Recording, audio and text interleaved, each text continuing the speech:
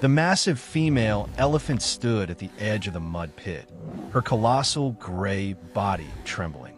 Her breath came in ragged, agonizing gasps. Below her, buried up to its neck in the thick, suffocating sludge left by recent flash floods, was her calf. The calf was weak, its tiny trunk barely breaching the surface, desperately trying to suck in air. The vast savanna, usually a place of life, had become a death trap. The mother elephant, a powerful matriarch named Nala, had been digging frantically for hours. Her herd sisters surrounded the pit, their deep, infrasonic rumbles vibrating the ground with shared anxiety. They had tried using their trunks, their massive feet, but every attempt only destabilized the mud further, threatening to bury the calf completely. Nala's eyes, usually soft and wise, were wide with a raw, intelligent terror. She understood the prognosis. The mud was setting like concrete. Without intervention, her baby would suffocate. A great shadow of grief passed over her face. After a final, agonizing look at her trapped calf, Nala made a difficult, impossible choice. She turned her back on her baby, leaving it vulnerable, and walked away from the herd, driven by a flicker of hope that lay beyond the distant acacia line. What kind of desperation would make a mother abandon her dying child? Stick around, because the most shocking part is how this powerful elephant found the courage to ask for help from the most dangerous species on Earth. And her quest began in a way no human, especially Dr. Eris, could ever have predicted.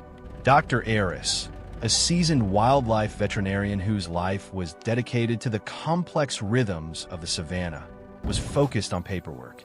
His Land Cruiser was parked near a scattered grove of acacia trees, the engine idling. He was reviewing vaccination records, the late morning calm surrounding him. The stillness was shattered not by a trumpet of aggression, but by an unsettling sound, the ground vibrating with heavy, rapid footfalls right beside his vehicle. Eris's head snapped up. Standing barely 5 feet away was Nala. She was massive, towering over the vehicle, her ears flared wide. But her face was contorted by something profoundly human: panic. Eris froze. His hand instinctively moved toward his rifle. An elephant this close, this agitated, was incredibly dangerous.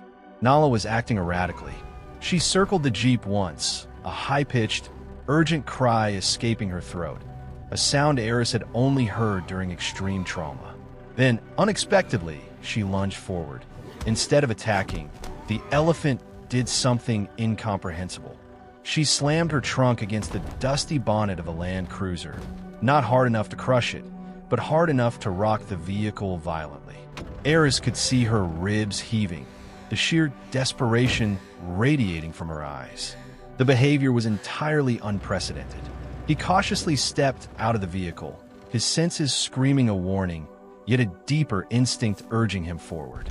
As Eris stood on the low green grass, Nala backed away slightly, her amber eyes locked onto his. Then, she performed a gesture that stopped Eris's heart. She raised her trunk, curling it towards her face, and let out a long, mournful wail, rocking her massive body back and forth. It was a gesture universally recognized in the elephant world as one of grief and intense distress. Eris gasped, stunned. This was not an animal challenging territory. This was a plea for help. Eris slowly lowered his weapon. "All right," he whispered, his voice thick with adrenaline. "Where is it? Show me." Nala instantly stopped rocking. She turned and began to move, her pace urgent, glancing over her shoulder every few paces, ensuring the veterinarian was following. We're just seconds away from the location of the crisis. But first, comment below if you've ever seen an animal show a sign of emotion this clearly. As Nala finally turned and bolted through a patch of tall grass, Eris didn't hesitate. He jumped into his Land Cruiser, knowing he was chasing a desperate plea and praying he wasn't driving straight into a disaster. Eris sped across the uneven terrain, his vehicle kicking up dust. Nala moved with purpose, her panic replaced by a focused urgency. After a tense chase, they veered around a thicket and Eris slammed on the brakes. The sight that greeted him confirmed the severity of the situation and immediately amplified the danger. The calf was exactly where Nala had left it, but the situation had deteriorated. The mud had risen. Only the very top of the calf's head and the tip of its trunk were visible. It was moments from suffocating, and the scene was chaotic. The herd, agitated and terrified, was milling around the pit. Their massive bodies created a wall of gray, their distress palpable. They were mourning their lost calf, but their presence made rescue impossible. Seeing Eris arrive, the herd tensed. Several younger females trumpeted aggressively, seeing the human not as a savior, but as a threat. They began to advance on the vehicle. Nala released a primal, earth-shaking trumpet, a sound of absolute authority that stopped the younger females in their tracks. She positioned herself between the herd and Eris, a formidable gray shield. Eris, recognizing the clock was ticking, didn't wait. He grabbed his heavy-duty ropes and shovel and sprinted toward the crisis zone, relying completely on Nala's authority. He reached the pit and immediately dropped to his knees, assessing the mud. It was thick, viscous, and deep. Nala stood guard, her massive body trembling slightly, her eyes flicking between the veterinarian working on the calf and the agitated herd. This was a moment of profound, unnatural truce. Nala was actively defending a human, using her authority as matriarch to control her family. Her love for her calf was so absolute that it temporarily surpassed her primal instincts to protect the herd from human presence. She was placing trust in the very species she was naturally meant to avoid. The herd remained stubbornly close, shifting their weight, their patience worn thin by the agonizing situation. Eris knew he had to work fast. Extraction by hand was impossible. He needed more power. If you believe in the power of this unlikely trust, hit the like button now. Eris quickly assessed the situation. The calf was too deep, the mud too heavy. The only choice was a daring, mechanized evacuation. But would the herd, already stressed to the breaking point, tolerate the noise and chaos of vehicle rescue? Eris sprinted back to his Land Cruiser. He reversed the vehicle, carefully positioning it near the edge of the pit. He engaged the heavy-duty winch attached to the front bumper. The arrival of the noisy vehicle closer to the pit further agitated the herd. They trumpeted, stamping their feet. The tension was palpable. Any sudden move could break the fragile trust established between Eris and Nala, turning a rescue into a stampede. Eris worked with quiet, practiced efficiency, but his hands were shaking. He unspooled the winch cable and grabbed the specialized harness he used for large animal rescues. He moved back to the pit. Now came the hardest part. He had to secure the harness around the submerged calf. He waded into the mud. It instantly sucked at his legs, pulling him down. He fought his way to the calf, clearing the mud away from its face, ensuring it could breathe. The calf was weak, terrified, and exhausted. Eris struggled to loop the harness under the calf's front legs. The mud created a vacuum, fighting him every inch of the way. Throughout the whole ordeal, Nala remained a steadfast sentinel. But she wasn't just watching. She extended her trunk towards the pit, touching the calf gently, rumbling low in her chest. And then she did something incredible. She used her trunk to push against the mud, trying to create space for Eris to work the harness underneath the calf. This was the ultimate test of faith and cooperation. Nala was not just allowing the rescue. She was actively participating, using her intelligence and strength in coordination with the human. It was an agonizing, necessary collaboration between two species fighting a common enemy. With Nala's help, Eris finally secured the harness. He scrambled out of the pit, covered in mud, and attached the harness to the winch cable. He made eye contact with Nala. He spoke softly, reassuringly, a human voice bridging the vast chasm between species. "Let's get your baby out." Eris engaged the winch.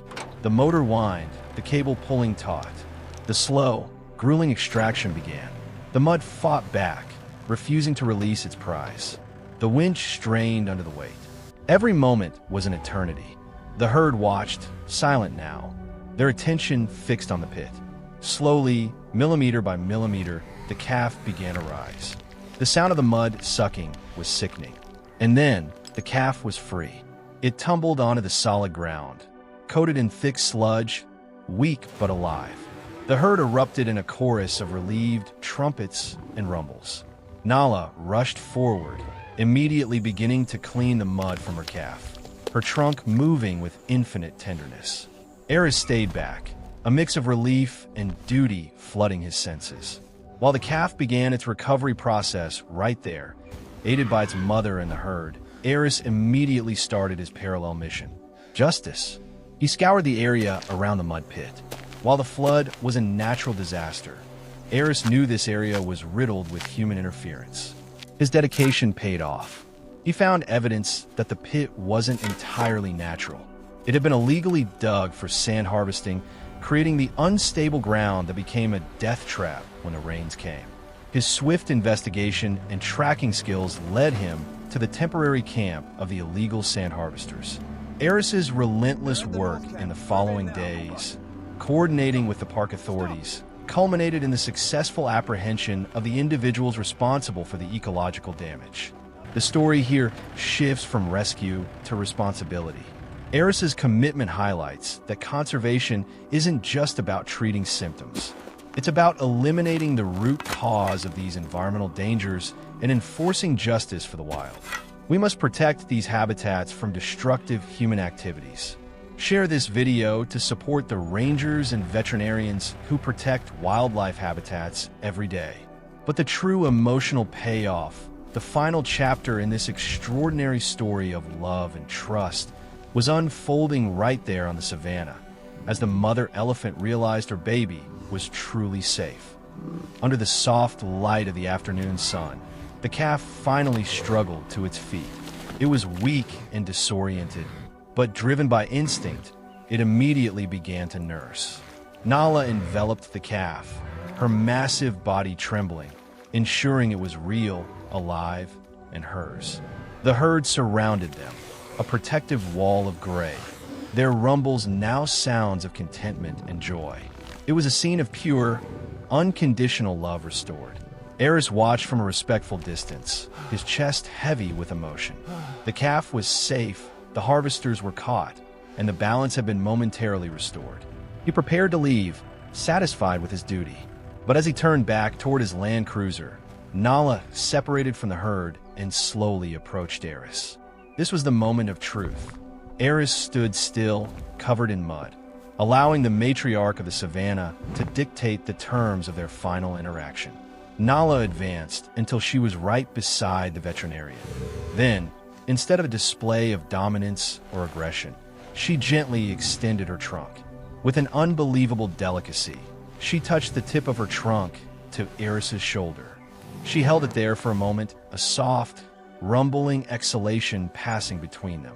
It was a gesture that was unmistakably one of respect and gratitude, the ultimate reward for a conservationist. Eris gently touched the elephant's rough skin, a silent mutual acknowledgement passing between them. This gesture of thanks, delivered by a creature of such power and intelligence, transcended language and species. It was a profound confirmation that Nala's earlier plea was a cry from a sentient, emotional being whose deep love for her calf led her to trust a human. The story of the desperate elephant mother shows us that the line between human and animal is often blurred by the universal language of love and motherhood. We are not just guardians of the wild. We are interconnected with it, and our empathy can bridge the gap between worlds. Conservation success often hinges on these moments of trust. They remind us of the fragility and the profound emotional capacity of these magnificent creatures. This single act of desperation saved a life and forged an unforgettable bond. If this story touched your heart, please subscribe and turn on notifications to see more amazing stories from the front lines of wildlife conservation. Watch our next video, and remember, compassion is the universal language.